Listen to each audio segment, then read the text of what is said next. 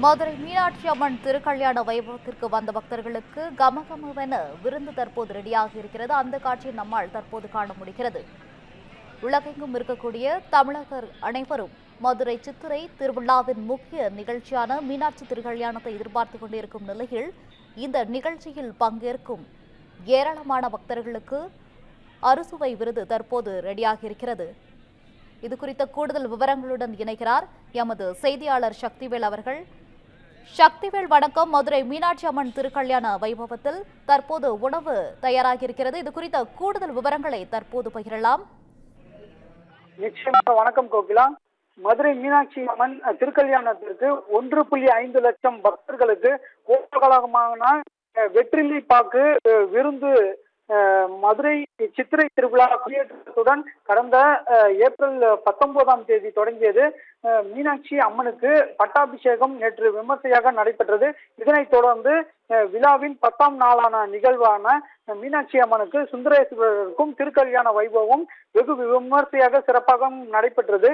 இதில் பல்லாயிரக்கணக்கான பக்தர்கள் கலந்து இந்த திருக்கல்யாண வைபவத்தை நேரில் கண்டு ரசித்தனர்.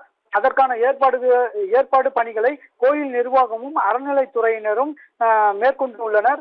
இந்த நிலையில் ஒவ்வொரு ஆண்டு திருக்கல்யாண வைபவத்தின் போது பழமுதிர் சோலையின் திருவருள் முருக பக்த சைவ டிரஸ்ட் சார்பில் சேதுபதி மேல்நிலை பள்ளியின் திருக்கல்யாண விருந்து 25 ஆண்டுகளுக்கு மேலாக அளிக்கப்பட்டு வருகிறது. அந்த வகையில் இந்த ஆண்டும் பழமுதிர் சோலை திருவருவாள் பக்தர் முருகன் பக்தர் டிரஸ்ட் சார்பில் 1 லட்சத்திற்கும் அதிகமானோருக்கு மீனாட்சி சுந்தரேஸ்வரரின் திருக்கல்யாண விருந்து ஏற்பாடு செய்யப்பட்டுள்ளது. மாப்பிள்ளை அழைப்பிற்காக திருக்கல்யாணம் நடைபெறும் நேற்று முதல் இன்று மதியம் வரை சுமார் 1.5 லட்சம் நபருக்கு அதிகமானவருக்கு இந்த விருந்தானதும் வழங்கப்பட்டுள்ளது.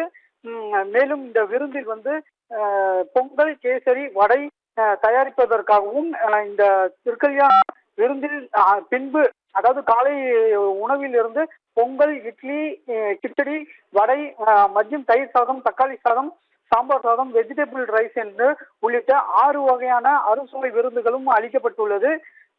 மேலும் 7000 கிலோ அரிசி மூலம் 1.5 லட்சம் பக்தர்களுக்கு மேல் இந்த உணவு, அதாவது பிரசாதமானது வழங்கப்பட்டுள்ளது.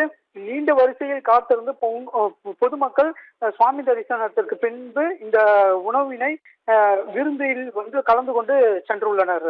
கோகிலா, தகவல்களுக்கு நன்றி சக்திவேல்.